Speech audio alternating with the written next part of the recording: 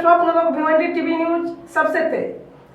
हमारे चैनल को देखने के लिए लाइक करें, शेयर करें और सब्सक्राइब करें और देखिए आज की ताजा तरीन खबर। गणपती देवाला आम्ही नवस बोललेलो की माझ्या जावला मुलगा झाला पाहिजे आणि देवाने तो मुलगा दिला, म्हणजे त्याच्या कृपेने आम्हाला झाला।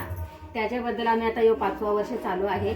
आम्ही त्याच्या नवसाचा गणपती आणते। बाप्पा चरणी काय मागतो? देवाला सांगता आम्ही सगळ्यांना सुख शांती दे, गावामध्ये सगळ्यांना सुख शांती लाभू दे, पूर्ण म्हात्रे कुटुंबाला, पूर्ण म्हात्रे परिवाराला सुख शांतीमध्ये आनंदाचं राहिले आनंदामध्ये राहिली पाहिजे। दुःख म्हणजे काही झालं नाही पाहिजे। आणि देवाची कृपा आहे, म्हणजे त्याची सगळ्यांवर आहे त्याची कृपा। आणि या निमित्ताने त्याचं पूर्ण कुटुंब एकत्र येतो। आज 2-3 दिवस इथे येऊन सर्व करतात कामधंदा, सर्व आम्ही काम धंदा सगळ्या जावळशी मिळून आम्ही सगळं करतो त्या देवाचा।